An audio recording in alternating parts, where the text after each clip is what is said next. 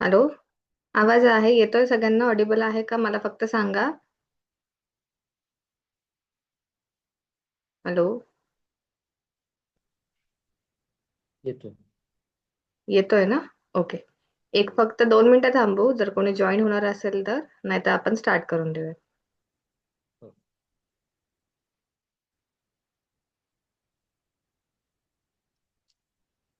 तोपर्यंत chat box मध्ये फक्त तुमचं नाव मेन्शन करा.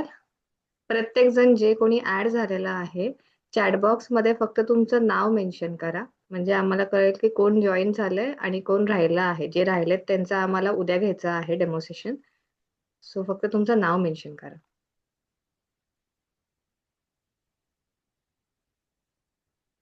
ओके.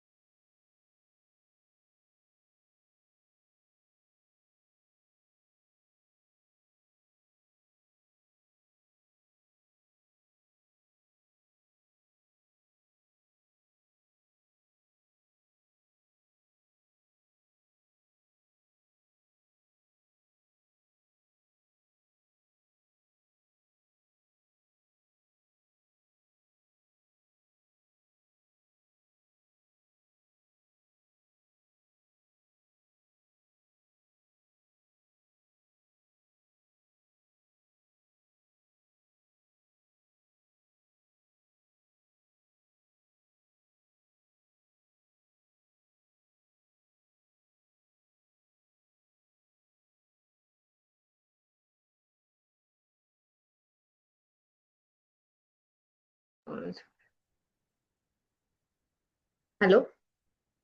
स्क्रीन आहे विजिबल सगळ्यांना? हो आहे आहे. स्क्रीन विजिबल आहे? हो आहे. ओके.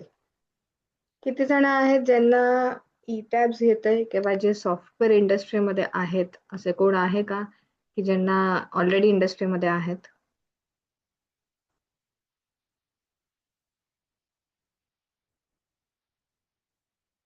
हॅलो, इंटरॅक्टिव्ह ठेवा सेशन. जस्ट डिस्कशन आहे, आज डेमो सेशन आहे, लेक्चर नाहीये. सो किती जणांना येत आहे जर मला कळालं तर बरं पडेल मला.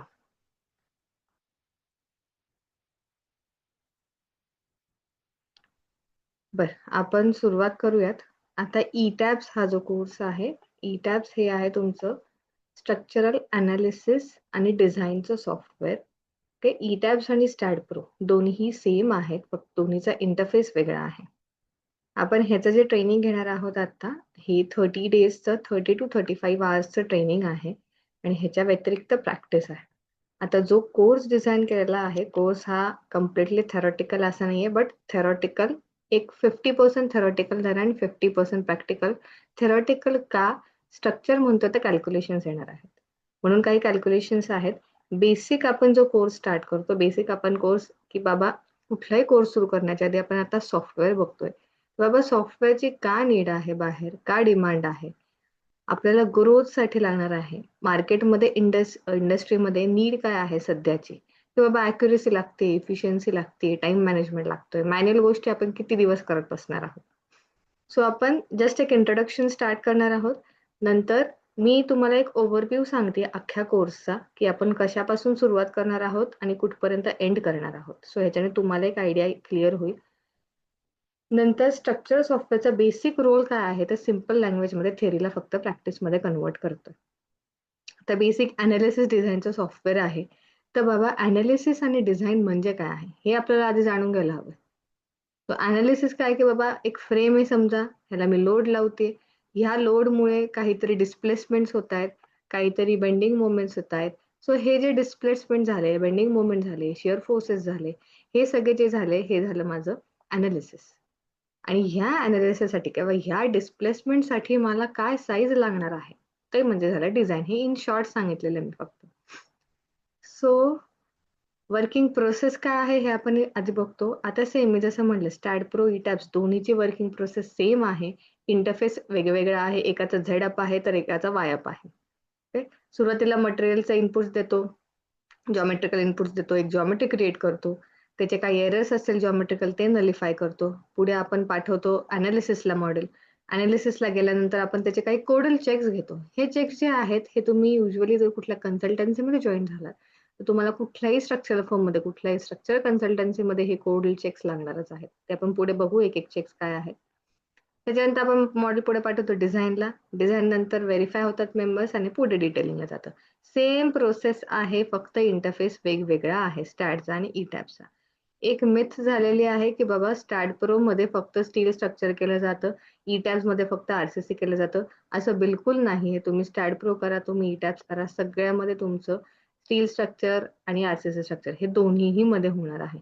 कंपनी टू कंपनी डिफर होतं की कुठली कंपनी काय वापरत आहे, कुठलं सॉफ्टवेअर वापरत आहे. ओके, सो हे ऍप्लिकेशन्स तुम्ही काहीही, तुम्हाला काहीही अनालिसिस आणि काहीही डिझाईन करतात. एक सिंगल बीम पासून ते तुम्हाला न्यूक्लिअर प्लांट पर्यंत तुम्हाला काहीही अनालिसिस डिझाईन करता येत आहे. ओके, ह्याच्यानंतर बेसिक बाबा ई टॅब्स काय आहे. ई टॅब्स म्हणजे काय झालं बाबा तुमचा external 3 dimensional analysis of building system. E tabs जे आहे, ई टॅब्स हा प्रोग्राम आहे जो फायनाइट एलिमेंट बेस्ड प्रोग्राम आहे. फायनाइट एलिमेंट बेस्ड प्रोग्राम आहे म्हणजे काय की तुमचं प्रिसिजन जास्त आहे ह्याच्यामध्ये. सुरुवातीला आपण मॉडेलिंग करतो. मॉडेलिंग मध्ये आता हा झाला माझा प्लॅन व्ह्यू झाला, हा झाला माझा 3D व्ह्यू, बीम्स देतो, कॉलम्स देतो, स्लॅब्स देतो. मॉडेलिंग केल्यानंतर ह्याच्यावरती आपण लोड्स देतो. मग लोड्स कुठले कुठले आले तर बाबा dead load, live load, wind load, earthquake load. So हे सगळे आपण लोड्स देतो ह्याच्यामध्ये. नंतर हे मॉडेल जातं तुमचं अनालिसिसला. अनालिसिसला गेल्यावरती हे आहे तुमचा अनालिसिसचा व्ह्यू, की बाबा मला दिसतंय आता इथं स्ट्रेस कॉन्सन्ट्रेशन कुठे जास्त आहे माझं. बऱ्याच वेळा आपल्याला हे न्यूमेरिकल व्हॅल्यू मधनं पण आपण बघतो, ऑरेल्स मला पिक्टोरियल इथे डायग्राम मध्ये पण दिसतंय मला कुठे स्ट्रेस कॉन्सन्ट्रेशन जास्त आहे, कुठे कॉलमची साईज वाढवायची गरज आहे, कुठे कॉलमचं ओरिएंटेशन चेंज करायची गरज आहे. कॉलमचं ओरिएंटेशन चेंज करणार म्हणजे काय? मोमेंट ऑफ इनर्शिया चेंज होतो ओरिएंटेशन चेंज केल्यावर. मग मोमेंट ऑफ इनर्शिया कुठे अफेक्ट होणार आहे? असं ह्या गोष्टींसाठी आपल्याला हे थेरॉटिकल काही पॉइंट्स लागतात जे तुमच्या इथं कव्हर होणार आहे. नेक्स्ट हे झालं माझं आता डिझाईनचं पिक्चर, की मला सगळे मेंबर्स इथं पिंक दिसतात. कुठला मेंबर माझा रेड झाला तर तुम्हाला वॉर्निंग देतो ई-टॅब्स, की बाबा हा मेंबर तुमचा पास होत नाहीये, हा मेंबर तुम्ही रिवाईज करा. आणि जे काही आउटपुट येणार आहे तुमचं, आता आउटपुट जे आहे आउटपुट येतं तुम्हाला 3 फॉर्मॅटमध्ये. एक तर आहे टॅब्युलर फॉर्मॅटमध्ये, दुसरं आहे माझं पिक्टोरियल फॉर्मॅटमध्ये आणि तिसरं आहे माझं ग्राफिकल फॉर्मॅटमध्ये. म्हणजे एकच आउटपुट आहे मला तिन्ही फॉर्मॅटमध्ये दिसणार आहे. ओके. सो जस्ट हे इन शॉर्ट झाली आहे तुमचं इंट्रोडक्शन, की ई-टॅब्स मध्ये आपण काय करतो बेसिकली. आता आपण जेव्हा स्टार्ट करणार आहोत ई-टॅब्स स्टार्ट करताना आपण सुरुवातीला आपण एक छोटं मॉडेल घेतो अनालिसिससाठी. एक आरसीसी स्ट्रक्चर आहे. एक छोटा AutoCAD मधला प्लॅन आहे. ह्या प्लॅनला आपण ई-टॅब्स मध्ये ग्रिडच्या फॉर्मॅटमध्ये यूज करून आपण ह्याला बीम्स, कॉलम्स, स्लॅब्स असाइन करणार आहोत आणि ह्याचं एक जॉमेट्री क्रिएट करणार आहोत. आता ह्याची जॉमेट्री क्रिएट करण्यासाठी फॉर एक्झाम्पल मला सुरुवातीला एक बीम द्यायचा आहे, कॉलम द्यायचा आहे, स्लॅब द्यायचा आहे. काय देणार आहे मी, साईज काय द्यायची आहे मला काहीच आयडिया नाहीये. सो त्याच्यासाठी आपल्याला सुरुवातीलाच करावं लागतं प्रिलिमिनरी सायझिंग. प्रिलिमिनरी सायझिंग म्हणजे काय, की बाबा आता माझ्याकडे काहीच डेटा नाहीये. काहीच डेटा नसताना पण आयएस कोडमध्ये आपल्याला काही व्हॅल्यूज आहेत, त्याच्या थ्रू आपण प्रिलिमिनरी सायझेस ठरवू शकतो. सो हे मी सायझेस ठरवते. सुरुवातीला तर स्टेअरकेस झालं बाबा, रायझर ट्रेडर कसे ठरवतात. रायझर आणि ट्रेड हे दोन्ही ठरवल्यावरती ह्याचे चेक्स कसे घेतात, काय चेक्स असतात दोन्हीचे. त्याच्यानंतर स्लॅब, मनाने मी काहीही टाकलेलं नाहीये.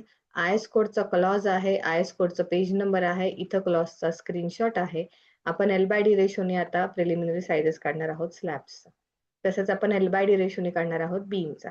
जे काही कॅल्क्युलेशन्स खाली केलेले आहेत, प्रत्येक कॅल्क्युलेशनला सपोर्टिंगला इथं तुम्हाला क्लॉज नंबर आणि इथं स्क्रीनशॉट दिलेला आहे. सो तसंच बीमचा काढणार, तसंच मी कॉलमचा काढणार. आता बीम, कॉलम, स्लॅब या तिन्हीचा मी जेव्हा प्रिलिमिनरी सायझेस काढेल, तर एक अशी जॉमेट्री क्रिएट होणार आहे. हा झाला माझा प्लॅन, हा झाला माझा ह्याचा 3D व्ह्यू. आता ई-टॅब्स जो आहे, ई-टॅब्स हा आहे माझा ग्रिड बेस्ड जॉमेट्री. आपल्याला पहिला सपोर्टिंग आहे, आपल्याला बेस आहे ग्रिडचा. ग्रिड मार्क करतो आपण. आता मी समजा ए आणि बी ग्रिड मार्कच केले नसते तर मला हा बीमच ड्रॉ करता आला नसता. हा पण बीम ड्रॉ करता आला नसता. सो आपण ग्रिड ड्रॉ करतो, त्याच्यावरती आपण बीम्स, कॉलम सगळे मार्क करतो, स्लॅब्स मार्क करतो. व्हेअरएज तुम्ही जर स्टॅड प्रो बघायला गेलात तर स्टॅड प्रो मध्ये तुम्हाला नोड आणि बीमची जॉमेट्री आहे. एक नोड काढतात, परत दुसरा काढतात, परत तिसरा काढतात. सो जॉमेट्री सेम क्रिएट होते, फक्त मेथड वेगवेगळी आहे प्रत्येकाची. त्याच्यानंतर आपण सुरू करतो डेड लोड, लाईव्ह लोड, सगळे लोड्स. आता लोड्स काय काय आहेत आपले. पहिलं तर झालं माझं डेड लोड, जे झालं माझं सेल्फ वेट सगळं. Next live load. Live load पण मी मनाने टाकणार नाहीये. इथं आपल्याला IS 875 1987 हा झाला माझा पार्ट 2, हा झाला माझा लाईव्ह लोड साठी. मग आयएस कोड मध्ये कुठे व्हॅल्यूज दिलेल्या आहेत, कुठल्या पेज नंबर मध्ये आहे, हे सगळं इथं प्रोव्हाइडेड आहे तुम्हाला. आयएस कोड वाईजच व्हॅल्यूज घेणार आहोत आपण इथं. त्याच्यानंतर येतं आपलं superimpose dead load. Superimpose dead load तुम्ही कॅल्क्युलेशन मध्ये टाकतात बाबा 1.5 किलोन्यूटन पर मीटर स्क्वेअर. कुठनं आलं 1.5 किलोमीटर पर मीटर स्क्वेअर, तर त्याच्यासाठी हे कॅल्क्युलेशन आहेत. मग सुपरइम्पोज डेड लोड पण सेम कॅल्क्युलेशन केलेले, हे पण मनाने केले नाही. इथं दिलेलं आहे IS 875 part 1 table 2 page number 31. आता हे असे प्रत्येकाचं इथं दिलेलं आहे. सो ह्याच्या अकॉर्डिंगली आपण सुपरइम्पोज डेड लोड काढणार आहोत, स्टेअरकेसचा काढणार आहोत, टेरेसचा काढणार आहोत, हेडरूमचा. का तर वॉटरप्रूफिंग असतं, वॉटरप्रूफिंगचं कसे काढतात, कशा व्हॅल्यूज कॅल्क्युलेट करतात. नंतर वॉल जो झाला, वॉल हा आपला स्ट्रक्चरल एलिमेंट नाही. वॉल जो झाला, वॉल आपला झाला हा फक्त पार्टिशन साठी यूज करतो आपण. म्हणून आपण वॉलचा जो लोड आहे तो आपण बीम वरती ऍज अ UDL ट्रान्सफर करणार. मग तो ऍज अ UDL कसा काढायचा बाबा, UDL म्हणजे काय, किलोमीटर पर मीटर मध्ये आपल्याला लोड काढावा लागेल. मग त्याचा एक थंब रूल तुम्हाला दिलेला आहे, त्याच्या अकॉर्डिंगली आपण मग सगळे इंटरनल वॉल, एक्सटर्नल वॉल्स, स्टेअरकेसच्या अंडरच्या सगळ्या वॉल झाल्या, पॅरापेट वॉल, या सगळ्याचे आपण कॅल्क्युलेशन्स करणार आहोत. एकच थंब रूल आहे, दिसताना वाटेल की बाबा कॅल्क्युलेशन खूप आहे, एकच फॉर्म्युला यूज करायचा आहे सगळीकडे. सो ह्याच्या अकॉर्डिंगली आपलं काय होतं, आपलं इथं डेड लोड, लाईव्ह लोड हा पार्ट कव्हर होतो. नेक्स्ट जो पार्ट झाला तुमचा, नेक्स्ट पार्ट आहे तुमचा विंड लोडचा.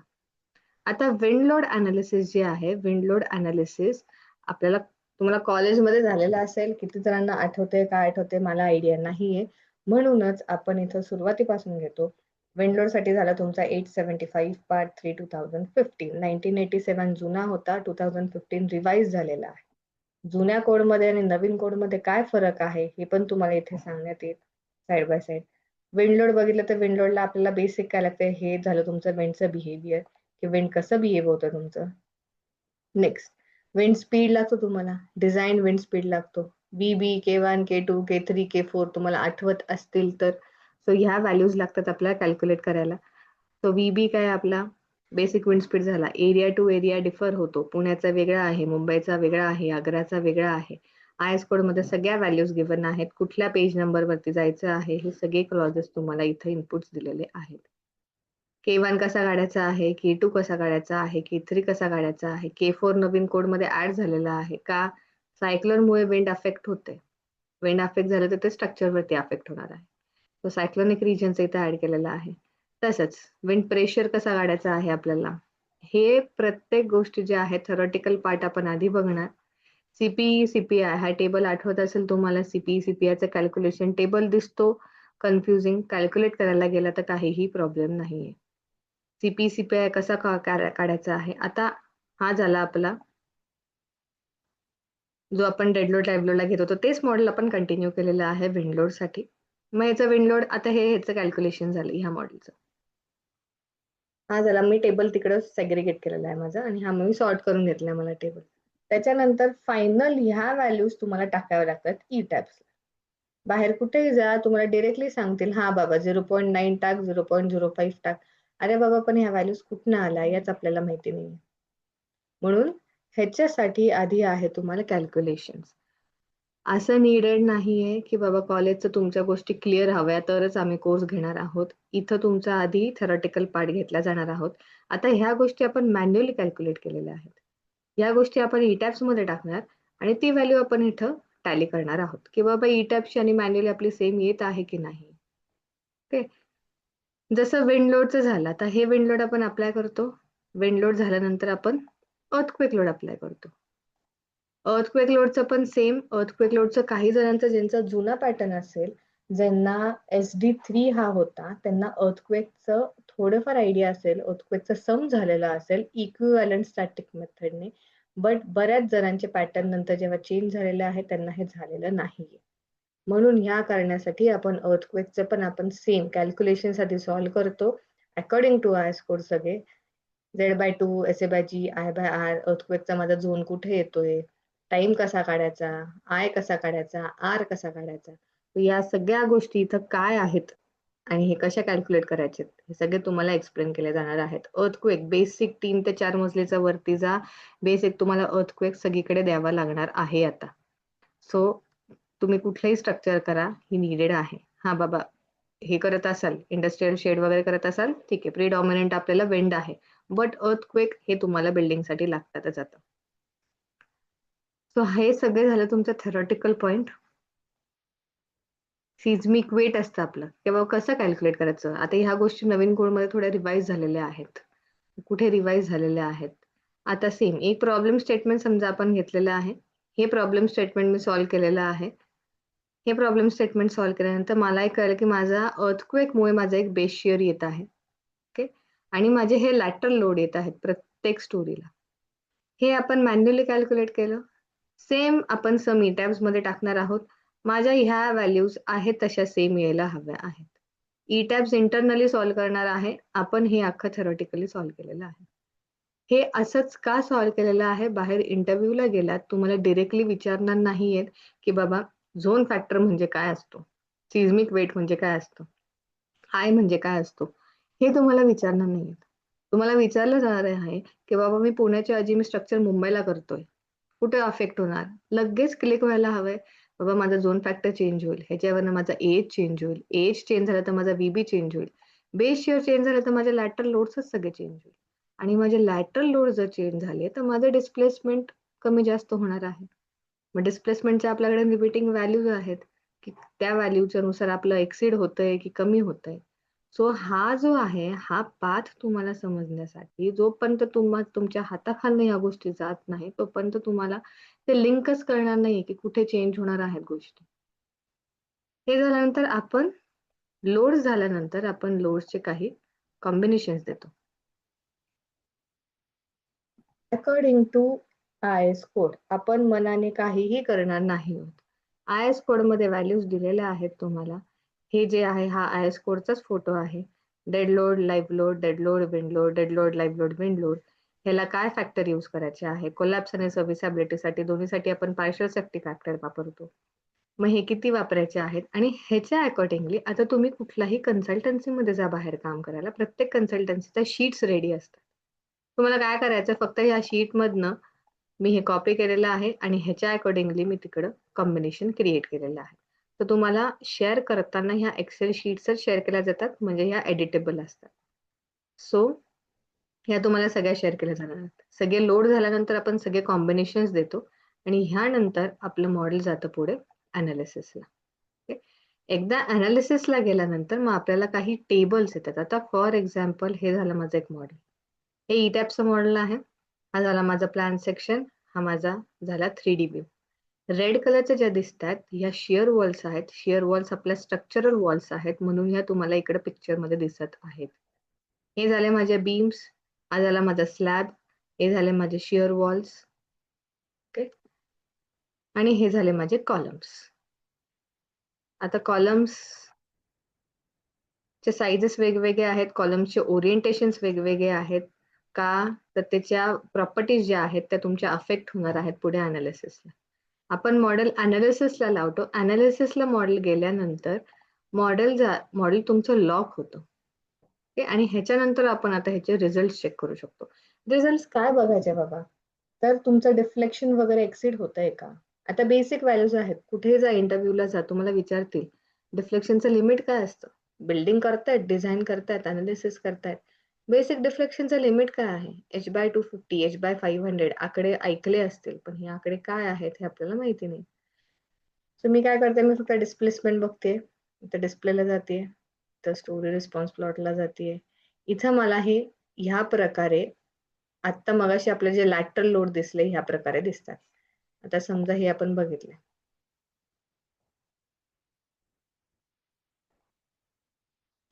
हे जे आपण मगाशी बघितलं हे लॅटरल लोड्स ईटॅप्स मध्ये आपल्याला ह्या फॉर्मॅटमध्ये दिसतात आणि आपण जे कॅल्क्युलेट करतो मॅन्युअली आपण मॅन्युअली ह्या फॉर्मॅटमध्ये कॅल्क्युलेट केलेले.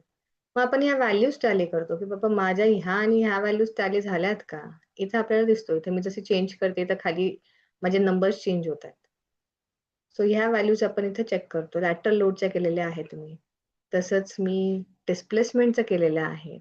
विंडसाठी माझ्याकडे डिस्प्लेसमेंटची व्हॅल्यू आहे h/500. जेवढी बिल्डिंगची हाईट आहे डिवाइड बाय 500 ही माझ्याकडे लिमिटिंग व्हॅल्यू आहे. मग त्या लिमिटिंग व्हॅल्यूला ही व्हॅल्यू एक्सीड होतीये का? तसंच अर्थक्वेकला बघणार मी. अर्थक्वेकला असते h/250. सो h/250 ला मी चेक करणार ही व्हॅल्यू त्याच्यापेक्षा जास्त होतीये का डिस्प्लेसमेंट? तर जास्त होत असतील तर आपल्याला साइजेस चेंज करावे लागणार आहेत. ओरिएंटेशन चेंज करावे लागणार आहेत. कॉलम मध्ये कुठेतरी शिअर वॉल प्लेस करावा लागणार आहेत. सो हे डिपेंड्स की तुम्ही ट्रायल एरर आहे. असं नाही ईटॅप्स मध्ये तुम्ही टाकलं पहिल्या ह्याच्यात मॉडेल रन होणार आहे. बिलकुल नाही. सो हे सगळे झाले तुमचे आता जे मी तुम्हाला आता म्हणले चेक्स. हे सर्वात इम्पॉर्टंट पार्ट आहे. तो तुमचा इथं कव्हर होणार आहे. आता हे जे सगळे चेक्स दिसतात तुम्हाला हा कन्सल्टन्सीचा पार्ट आहे. प्रत्येक कन्सल्टन्सीमध्ये जसं मी म्हणले हे चेक्स इथं लिहिलेले असतात तुमचे. आता फॉर एक्झाम्पल इथं हा प्रोग्राम आहे जो प्रोग्राम तुम्हाला डिरेक्टली देण्यात येणार आहे. ड्रिफ्ट पहिला चेक आहे जो ड्रिफ्ट तुम्हाला माहिती असायला हवी आहे. ड्रिफ्ट किती असते 0.04 टाइम्स हाईट ही असते म्हणजे ड्रिफ्ट. इथं मी फॉर्म्युला अप्लाय केलेला आहे. तुमचं काम काय आहे इथपासून इथपर्यंत टेबल तुमच्या स्ट्रक्चरचा कॉपी पेस्ट करायचा. बाकी प्रोग्राम वगैरे अप्लाय केलेले आहेत. जसं मी ड्रिफ्ट चेक केलं सेकंड मला लॅटरल ड्रिफ्ट चेक करावं लागते. लॅटरल डिस्प्लेसमेंट चेक करावं लागते.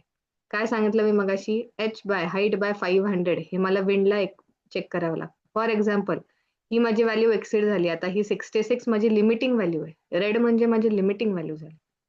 फॉर एक्झाम्पल ही व्हॅल्यू माझी एक्सीड झाली ही मी टाकते 80. मला इथं लगेच कळणार आहे की स्टोरी 11चा ह्या केससाठी ही बसत नाही.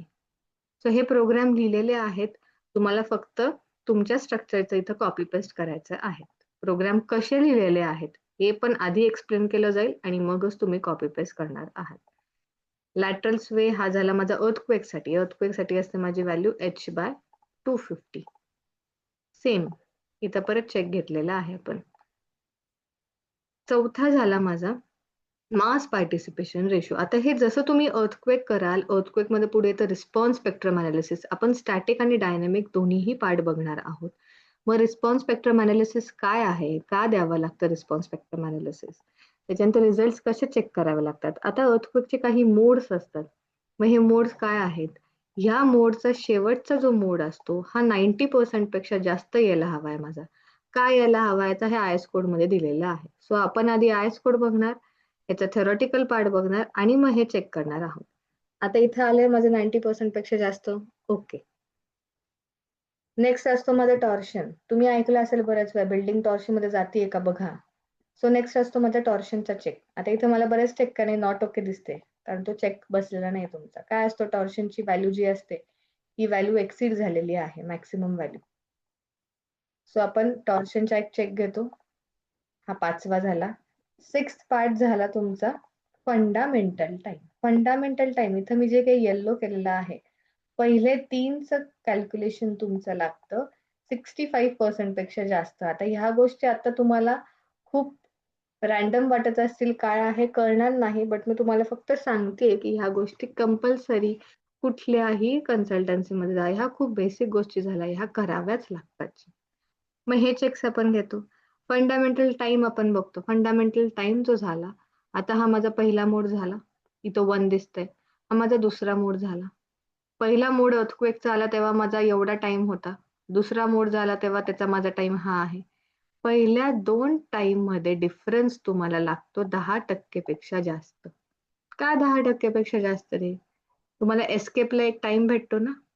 पहिल्या आणि दुसऱ्या मोडमध्ये एस्केपला थोडा टाइम भेटला, लोकांना बाहेर पडायला टाइम भेटला, तर ते बरं जाईल. म्हणून आपल्याला हा नेहमी 10% पेक्षा जास्त लागतो दोन्हीमध्ये. सो तो चेक आपण इथं घेतो. 10% पेक्षा जास्त आहे की नाही? हे खूप वरवर आहे, बट हे कंपल्सरी आहे की हे चेक्स तुम्हाला माहिती असणं गरजेचंच आहे. इथे झालं की आपलं अनालिसिस कंप्लीट होतं. अनालिसिस कंप्लीट झाल्यानंतर आपण जातो डिझाईनला. डिझाईन पण मनाने करणार नाही होत आपण. डिझाईनचे पण आपल्याकडे काही क्लॉजेस दिलेले आहेत. क्लॉजेसमध्ये काय व्हॅल्यू दिलेल्या आहेत त्याच्या अकॉर्डिंगली जाणार आहोत. आता हा माझा डिझाईन डेटा झाला. आता बार्स, लॉन्जिट्युडिनल बार्स, बीमसाठी काय क्लॉज दिलाय की बाबा 12 mm तर कंपल्सरी हवा, 12 पेक्षा खाली नकोय. पर्सेंटेज ऑफ स्टील हे तुम्हाला माहिती असेल, हे तुम्ही आधी केलं असेल. पीटी किती हवा, पीटी बीम मध्ये किती हवा, पीटी कॉलम मध्ये किती हवा. लॅटरल टाईजचं तुम्ही डायमीटर कसं फाईंड करतात, लॅटरल टाईजचं तुम्ही स्पेसिंग कसं फाईंड करतात, लॅटरल टाईज म्हणजे काय, स्टेरप्स म्हणजे काय. सो हा सगळा पार्ट झाला तुमचा डिझाईनचा पार्ट. हे पण डिझाईनच्या अकॉर्डिंगलीच करणार आहोत आपण. डिटेलिंगचा पार्ट झाला. डिटेलिंग आता कंपनी टू कंपनी चेंज होतं. Company to company labs change होतात. काही जण L/4 घेतात, काही जण L/5 घेतात, काही जण L/6 घेतात, L/7 घेतात. हे कंपनी टू कंपनी डिफर होतं. बट काय आहेत ह्या गोष्टी आपण इथं बघतो. की आता लॅब झालं, कॉलम झाला. कॉलमचा लॅब कितीवर देतात, स्प्लाइस कितीवर असतो. तर हा सगळा पार्ट झाला तुमचा डिटेलिंगचा पार्ट. डिझाईन डिटेलिंग हे झाले की मॉडेल तुमचं डिझाईन डिटेलिंग होणार आहे आणि ह्याच्यानंतर तुम्ही जे काय आपल्या शीट्स आहेत, शीट्स तुमच्या कॅरी करू शकता. आता हा झाला तुमचा आरसीसीचा पार्ट. आरसीसी झाल्यानंतर स्टील स्ट्रक्चर पण आपण ह्या कोर्समध्ये कंप्लीट करणार आहोत. आता स्टील स्ट्रक्चर मध्ये काय झालं तुमचं, ही झाली माझी एक शेड झाली आहे. ह्याचा प्रोग्राम लिहिलेला आहे. आता तुम्ही बाहेर गेलात, स्ट्रक्चरल फर्म मध्ये काम करत असाल तर स्ट्रक्चरल फर्म मध्ये युजली ईटॅप्स, स्टॅडप्रो हे वापरतात. हे अनालिसिस साठी वापरतात. डिझाईन साठी प्रत्येक कन्सल्टन्सीचा त्यांचा लिहिलेला प्रोग्राम असतो. ऑर एल्स आधी काय करायचं तर एक्सेल मध्ये प्रोग्राम लिहून घ्यायचे. म्हणजे इथं फक्त व्हॅल्यूज चेंज झाल्या की मला इथं एंडच्या व्हॅल्यूज बदलणार आहेत. सो एक्सेलचे प्रोग्राम जेवढे काही आहेत ते तुम्हाला शेअर केले जातील. तुम्हाला जर बेसिक आता तुमचं काही स्टार्ट करायचं असेल, तुमचं काही फर्म स्टार्ट करायची असेल, फ्रीलान्सिंग स्टार्ट करायचं असेल, तुम्ही एक्सेल प्रोग्राम थ्रू स्टार्ट करू शकत आहात. नॉट नेसेसरी की बाबा मला सॉफ्टवेअरच लागणार आहे डिझाईनसाठी. ईटॅप स्टार्टप्रो मधलं डिझाईन घेतलं जातं, बट ईटॅप्स आणि स्टार्टप्रो जे डिझाईन देते ते थोडं हायर साईडला देतं, जे आपल्याला थोडं ऑप्टिमाइज करावं लागतं. जर जसं असा एक्सपिरियन्स येईल तसं असं कळेल की किती पर्सेंटने आपल्याला ऑप्टिमाइज करावं लागतं. आता हा झाला माझा इंडस्ट्रियल शेड. इंडस्ट्रियल शेड मध्ये आता दिलेलं इथं शेड काय आहे, शेड मध्ये काय मेंबर्स वापरायचे आहेत, सेम गोष्टी आहेत. Dead load, live load, super impose dead load, wind load. आता जो प्री डॉमिनंट आहे ह्याच्यामध्ये अर्थक्वेक पेक्षा आपण इफेक्ट विंडचा जास्त घेतो, कारण हे इंडस्ट्रियल शेड आहे. विंड जे आहे ओपनिंग्स वाईज विंड अफेक्ट होतं जास्त. इंडस्ट्रियल शेडचे ओपनिंग जास्त असतात कम्पेअर टू आरसीसी, म्हणून हे प्रिडॉमिनंट आहे तुमचं. आता ह्याच्यामध्ये स्पॅन काय आहे, हाईट काय आहे, राईज काय आहे, आता हे बघण्याच्या आधी आपण थेरॉटिकल पार्ट कव्हर करतो. बेसिक काही काही जणांना माहिती नसतं की बाबा स्पॅन म्हणजे काय असतो, हाईट म्हणजे काय असते ट्रसची. तो ह्या सगळ्या गोष्टी ज्या आहेत ह्या आपण आधी कव्हर केल्या जातात आणि मगच ही ट्रस आहे. या ट्रसमध्ये हा स्पॅन काय आहे, रिच काय आहे, पिच म्हणजे काय आहे. सो हे जे वर्डिंग्स आहेत बाहेर गेलात तर हेच वर्डिंग्स लागणार आहेत. स्पेसिंग काय असतं, सेंटर टू सेंटर स्पेसिंग कसे काढतात, त्याचे लिमिटिंग व्हॅल्यूज काय आहेत. सो आधी थेरॉटिकल पार्ट बघितला जाणार आहे आणि थेरॉटिकल पार्ट नंतरच आपण जाणार आहोत एक्सेल शीट वरती. तर एक्सेल शीट मध्ये अख्खा प्रोग्राम रन केलेला आहे. जे आपण कॅल्क्युलेट केलं आहे VB K1 K2 K3 K4 त्याच्या अकॉर्डिंगलीच हे कॅल्क्युलेट केलेलं आहे. आणि ह्याच्यानंतर मला हे व्हॅल्यूज येतात, मला ह्या व्हॅल्यूज येतील, या व्हॅल्यूज मला टाकाव्या लागतात ई टॅब्स मध्ये. तर मग ह्या व्हॅल्यूज साठी आपल्याला हे कॅल्क्युलेशन लागणार आहे. आता ह्याच्यामध्ये तुम्ही ह्या प्रोग्राम मध्ये फक्त स्पॅन ह्या व्हॅल्यूज चेंज केल्या, स्पॅन चेंज केला तर हा प्रोग्राम लिंक्ड आहे तुमचा, हा इकडे चेंज होणार आहे. ओके,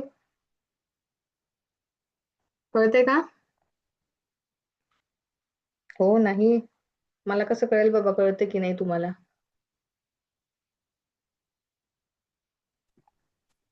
सो हा जो कोर्स आहे डिझाईन, हा डिझाईन केलेला आहे असा स्टार्ट टू एंड, की तुम्हाला आरसीसी पासून स्टार्ट करणार ते आम्ही तुम्हाला स्टील स्ट्रक्चर पर्यंत इकडे सगळा पार्ट घेणार आहोत.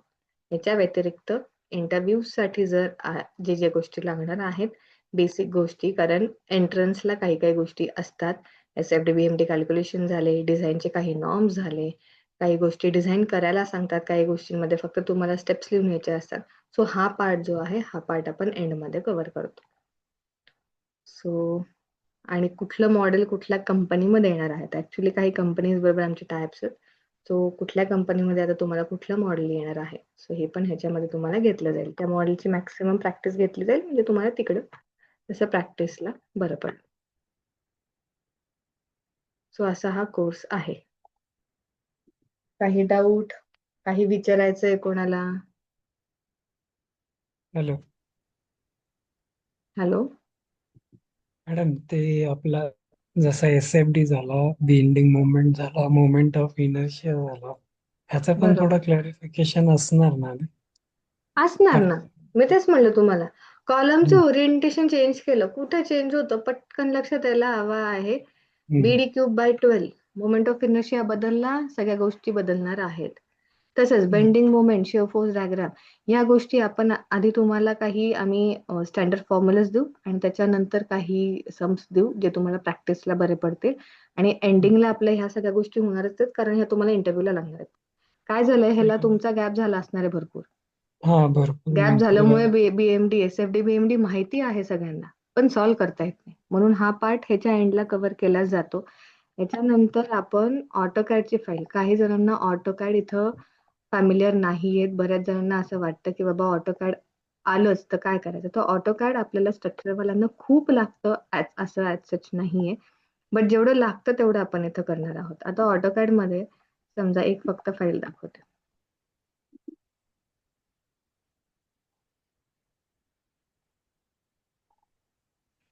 आपल्याला लागतं मेन सेंटर लाईन काढावी लागते, कारण आपण जे ऑटोकॅडची फाईल टाकतो सुरुवातीला आपण ई टॅब्स मध्ये मॉडेल जनरेट करतो आणि शेवटचा एक आठवडा आपण काय करतो, ऑटोकॅडचं मॉडेल आपण ई टॅब्स मध्ये टाकतो. कंपनीमध्ये कधी कधी एंट्रन्स एक्झामला तुम्हाला दोन्हीही वेज असतात. काही काही ठिकाणी आपल्याला मॉडेल जनरेट करावं लागतं आणि काही काही ठिकाणी तुम्हाला ऑटोकॅडची फाईल इम्पोर्ट करावी लागते. मग ऑटोकॅडची फाईल कशी इम्पोर्ट करायची, सो ह्या गोष्टी पण आपल्या इथं क्लिअर केल्या जातात, कारण ह्या इंटरव्ह्यूला लागणार आहेत तुम्हाला. हा पहिलाच पार्ट जो इंटरव्ह्यूला लागतात. एक फक्त सॅम्पल दाखवते की कसे कन्वर्ट करायचं आहे.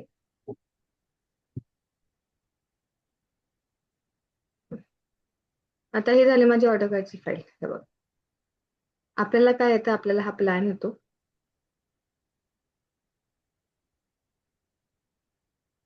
हा प्लॅन आहे माझा. या प्लॅनला मला कन्वर्ट करावं लागतं स्ट्रक्चरल प्लॅन मध्ये. ह्याला आपण म्हणतो स्ट्रक्चरल फ्रेमिंग. हा झाला माझा फ्रेमिंग प्लॅन. मग फ्रेमिंग प्लॅन कसा क्रिएट करायचा आहे, हे माझे झाले संक. इथे मी दाखवलेत, हे कॉलम्स प्लेस केलेत, हे बीम्स प्लेस केलेले आहेत, सगळे येल्लो झाले माझे बीम सगळे. ओके, सो मी ह्या प्लॅनला कन्वर्ट केलं फ्रेमिंग प्लॅन मध्ये. कुठं कॉलम दिलेले आहेत, आता इथं तुम्हाला कॉलम दिलेला आहे, इथं उभा आहे. पण हा काम स्ट्रक्चरल वाल्याचा असतो की बाबा हा उभा द्यायचा की आडवा द्यायचा. उभा दिला असता तर इथं आत ऑफसेट आला असता. मग मी काय केलं, मी आडवा देऊन टाकला, म्हणजे माझा ऑफसेट क्लिअर झाला, माझा फ्लश झालेला आहे. सो या छोट्या छोट्या गोष्टी आहेत ज्या फ्रेमिंग मध्ये तुम्हाला सांगितल्या जातील. सो हा फ्रेमिंग झाल्यानंतर मला काय करायचंय, माझ्या ह्याच्या सेंटर मधनं फक्त लाईन्स मार्क करायच्या, सेंटर लाईन मार्क करायची आहे. मग सेंटर लाईन मार्क केल्यानंतर माझं असं दिसणार आहे स्ट्रक्चर. आणि हे ट्रिम केल्यानंतर माझं हेच मॉडेल लाईन प्लॅन मध्ये कन्वर्ट होणार आहे. आणि हा लाईन प्लॅन आपल्याला टाकावा लागतो ईटॅब्स मध्ये. तर ही प्रोसेस तुमची घेतलीच जाते, कारण ह्या गोष्टी, ह्या निडेड गोष्टी आहेत तुम्हाला ह्याच्यासाठी, इंटरव्ह्यू साठी. आणि ऑटोकॅड बरेच जण आहेत ज्यांचा हात नसतो, तर त्यांच्यासाठी ह्या गोष्टी घेतल्या जातात सुरुवातीला. ऍक्च्युअल कोर्समध्ये इन्क्लुडेडच आहे. ज्यांना ऑटोकॅड येत असेल, ज्यांना नसेल, कोणी पण असेल, तर ही गोष्ट आपण करणारच आहे. काही डाऊट अजून कोणाचा? आता जे सगळे जॉईन झालेत हे ऑनलाईन साठी जॉईन झालेत का? आमचं ऍक्च्युली ऑफलाईनची पण बॅच सुरू होणार आहे. तो काही बॅच ऑफलाईन असतील आणि काही ऑनलाईन, कारण काही काही पुण्यामधले नाही आहेत, जे बाहेरचे आहेत त्यांच्यासाठी ऑनलाईनच असणार आहे. आणि बाकीचे जे आहेत पुण्यामध्ये त्यांच्यासाठी ऑफलाईन बॅच असणार आहे. कोणाला काही डाऊट? आणि तुम्ही जो स्टीलचा भाग घेतलाय तो पीईबीच्या पण कन्सेप्ट तिथे क्लिअर होतील ना समजा? पीईबीचे होतील, कारण इंडस्ट्रियल शेडच आहे. बट स्पेसिफिक अजून जर त्याच्यामध्ये डिटेल पुढे हवंच असेल तर आपण अजून त्याच्यापेक्षा तो एक्सटेंड करू शकतो तो पार्ट. ह्याच्यामध्ये सगळ्या गोष्टी घेतल्या जातात. आता ह्याच्यामध्ये जे आहेत तेच घेतले आहेत, सेक्शन्स वगैरे सगळे घेतले जातात. हे तुम्हाला पीईबी ला यूज होणारच आहे. बट इन केस तुम्हाला स्पेसिफिक कुठलं कॅल्क्युलेशन हवं असेल किंवा स्पेसिफिक स्ट्रक्चर हवं असेल तर तुम्ही शेअर करू शकतात. मग आपण त्या स्ट्रक्चरवर, तुमच्या स्ट्रक्चरवरती काम करू शकतो. ह्याच्यामध्ये आहे पीईबी मध्ये हे युजेस करणार आहेत सगळे, हे क्लॉजेस अँड ऑल हे सगळेच लागणार आहे.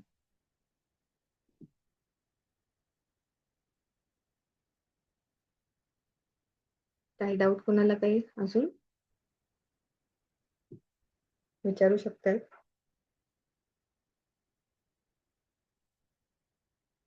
हॅलो, आहे काय डाऊट? काही क्वेश्चन्स आहेत? मॅडम, हा, हॅलो बोला ना. मॅडम, जेव्हा जेव्हा आम्ही आता हे प्रॅक्टिस करायचं म्हणलं तर हा इटॅब ऍप्लिकेशन आमच्याकडे नाही आहे. तुम्हाला ड्राईव्ह वरती पाठवलं जाईल. अच्छा, एक ठीक तर तुम्हाला ड्राईव्ह वरती पाठवेल आणि तो कसा इन्स्टॉल करायचा ह्याचा व्हिडिओ पाठवेल. ऑर जर जमलंच नाही तर तुमचा एनी डेस्कनी तुमचा ह्याच्यात मला जर ऍक्सेस मिळाला तर मी इकडनं इन्स्टॉल करून देईल मी तुमच्या ह्याच्यात. म्हणजे आम्ही दोन्ही वे मध्ये करतो. काही जण ड्राईव्हने पाठवून, व्हिडिओ पाठवून त्यांचं इन्स्टॉल करून घेतात व्हिडिओ थ्रू. ज्यांना जमतच नसेल त्यांचा आम्ही लॅपटॉपचा किंवा डेस्कटॉपचा इथं ऍक्सेस घेतो आणि आम्ही इकडनं त्यांना इन्स्टॉल करून देतो त्यांच्या इथे.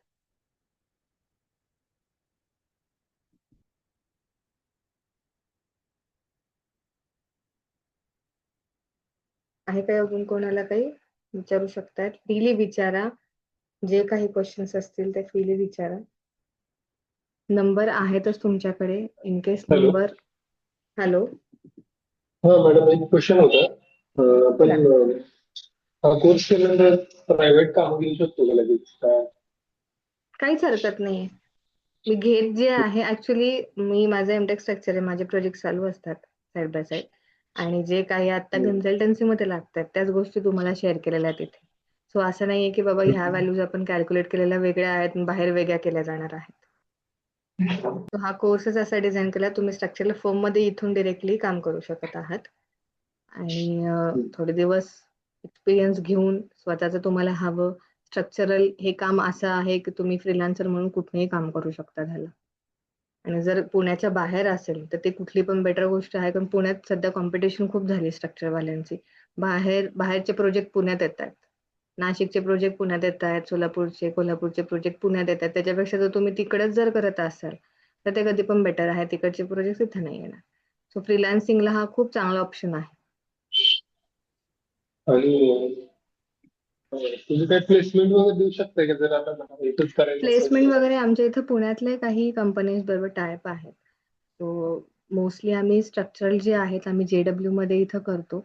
आता बऱ्यापैकी जेडब्ल्यू मध्ये झालेले आहेत आणि जेडब्ल्यू ला कंटिन्यू चालूच असतात त्यांचं रिक्रुटमेंट. सो एक तर जेडब्ल्यू आहे किंवा भिलारे आहेत, बट भिलारेंचं आम्ही त्यांच्यापेक्षा आम्ही जेडब्ल्यू ला बेटर जातो. एक प्रुडंट डिझाईन म्हणून आहे जिथे आमचे काही प्लेस्ड आहेत, आणि काही अशाच फॉर्म्स आहेत, स्पेक्ट्रम आहे, स्टडकॉम म्हणून आहे. सो इथे टाइप्स केलेले आहेत. मग आम्हाला तुमचा डायरेक्टली इकडनं रिझ्यूम पाठवता येतो. तुम्हाला ईमेल थ्रू तुम्ही ऍक्सेस करण्यापेक्षा आम्ही डायरेक्टली ऍक्सेस करतो. सो मग प्रत्येक ठिकाणी तुम्हाला इंटरव्ह्यूला काय येणार आहेत ह्या गोष्टी एक थोडी आयडिया असते, ते प्रिपरेशन तुमच्याकडनं करून घेतलं जातं आधी. ठीक आहे मॅडम, थँक्यू. ओके, मॅडम आहे अजून काही डाऊट? हॅलो बोला ना. हॅलो बोला. याच्यात रिमोट जॉब असतात का, म्हणजे करू शकतो आपण तसे? म्हणजे ह्याच्यामध्ये काय म्हणलात तुम्ही? इंडस्ट्री तशीच म्हणजे गोष्टी अवेलेबल करते समजा, रिमोट किंवा हायब्रिड जॉब आहेत का आलेले?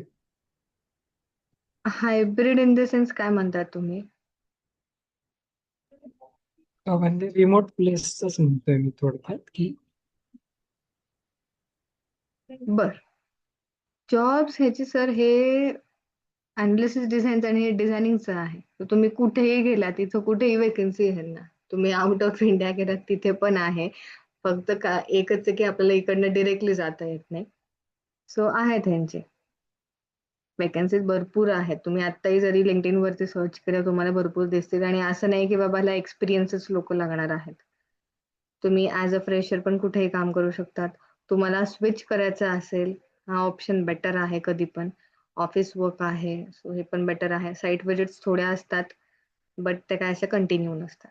सो आहे, रिमोट प्लेसेसला पण काही प्रॉब्लेम नाही आहे ह्याला.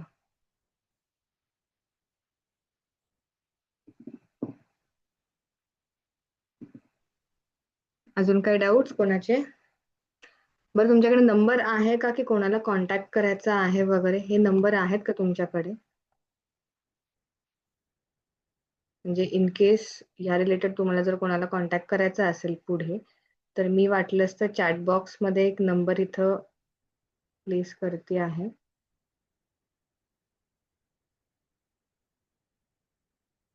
ठीक आहे, आता कोणीतरी टाकला आहे की तुमचा. मी 7 वर्षांपासून करते आहे ह्याच्यामध्ये काम, आणि ट्रेनिंग मध्ये पण आहे आणि कन्सल्टन्सी मध्ये पण आहे. आमचा ऍक्च्युली फॅमिली बिझनेसच आहे. आम्ही कन्स्ट्रक्शन लाईन मध्येच आहोत.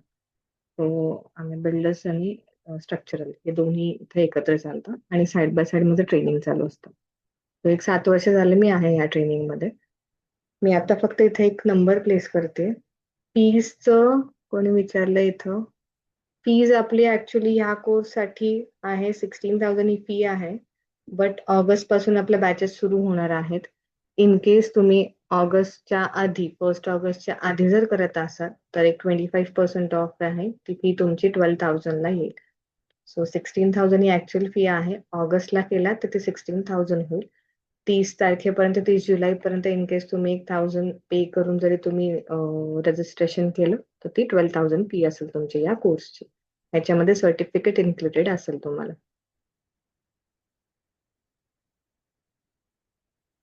कोणाला काही डाऊट असेल, तुम्ही वाटलं तर तुम्ही बोलू शकत नसाल किंवा बोलता काय इकडं तुम्ही ह्याच्यामध्ये टाकू शकतात. आपल्या चॅट बॉक्समध्ये तुम्ही प्लेस करू शकतात. काही डाऊट्स असतील तर तुम्ही तिथं क्लिअर करेल.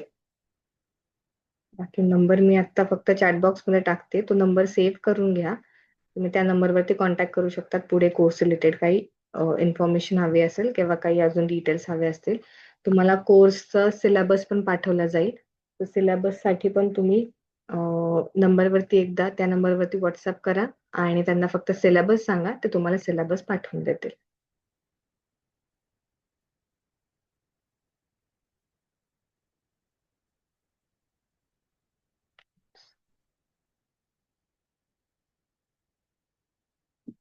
मी आता नंबर इथं प्लेस केलेला आहे चॅट बॉक्समध्ये.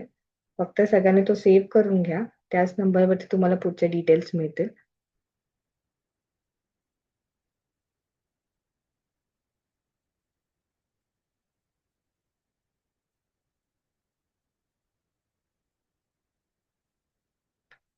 काही आहे कोणाला काही डाऊट्स?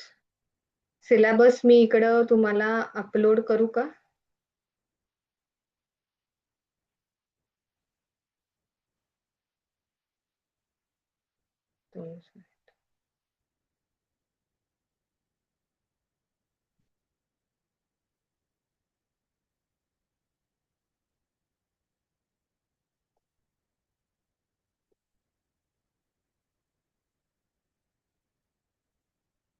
एक 2 मिनिट मी फक्त सिलेबस अपलोड करते. तुम्ही म्हणजे इथेच डाउनलोड करू शकाल.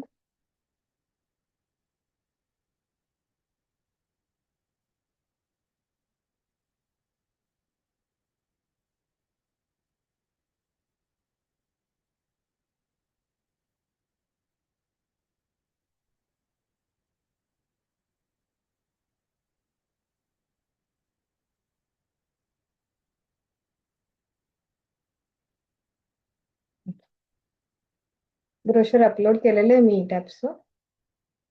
मी डाउनलोड करून घ्या तुमच्याकडे म्हणजे तुम्हाला डिटेल्स पण येतील.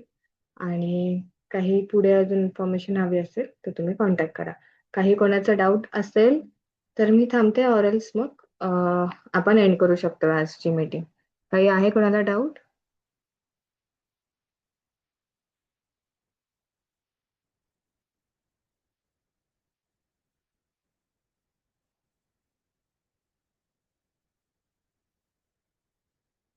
ओके, वाटतं नाही कोणी. ठीक आहे, आपण एंड करूयात आजची मीटिंग. आणि फील फ्री टू कॉन्टॅक्ट, कधी पण करा कॉन्टॅक्ट.